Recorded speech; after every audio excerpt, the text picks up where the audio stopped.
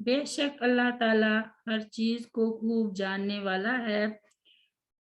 اور یقیناً اگر تو ان سے پوچھے کہ کس نے آسمان سے پانی اتارا پھر اس کے ساتھ زمین کو اس کے مرنے کے بعد زندہ کر دیا تو ضرور ہی کہیں گے کہ اللہ تعالیٰ نے۔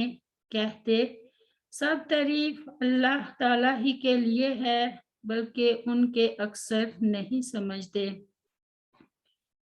ثم الذین کفروا بربہم یعدلون، یعنی جب ہر چیز کا مالک و خالق صرف اللہ تعالیٰ ہے اور یہ مشرکین اسے اپنا رب پالنے والا بھی تسلیم کرتے ہیں تو ان پر لازم تھا کہ عبادت بھی اسی کی کرتے، مگر یہ پھر بھی دوسروں کو اس کے برابر گرانتے ہیں، ان کے سامنے سجدے کرتے ہیں، ان کے نام کی نظریں چڑھاتے اور منتیں مانتے ہیں اور مشکلات میں ان سے مدد طلب کرتے ہیں۔ یہ کس قدر بے عقلی ہے کہ پیدا اللہ تعالیٰ کرے، روزی بھی وہی دے، پھر مانگا غیر سے جائے اور اس کو اپنے رب کے برابر ٹھہرایا جائے۔ سیدنا ابو موسیٰ اشعری رضی اللہ عنہ بیان کرتے ہیں کہ رسول کریم صلی اللہ علیہ وسلم نے فرمایا، اذیت کی بات کو سن کر صبر کرنے والا اللہ تعالیٰ سے زیادہ کوئی نہیں ہے۔ لوگ اس کے لیے بیٹا بناتے ہیں اور وہ پھر بھی ان کو عافیت سے رکھتا ہے اور رزق دیتا ہے۔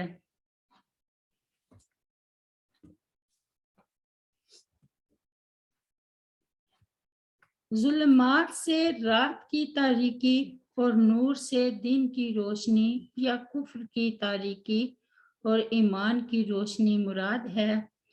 نور کے مقابلے میں ظلمات کو جمع ذکر کیا گیا ہے اس لیے کہ ظلمات کے اسباب بھی بہت سے ہیں اور ان کی انواع بھی متعدد ہیں، اور نور کا ذکر بطور جنس ہے جو اپنی تمام انواع کو شامل ہے۔ یہ بھی ہو سکتا ہے کہ چونکہ ہدایت اور ایمان کا راستہ ایک ہی ہے، 4 یا 5 یا متعدد نہیں ہے، اس لیے نور کو واحد ذکر کیا گیا ہے۔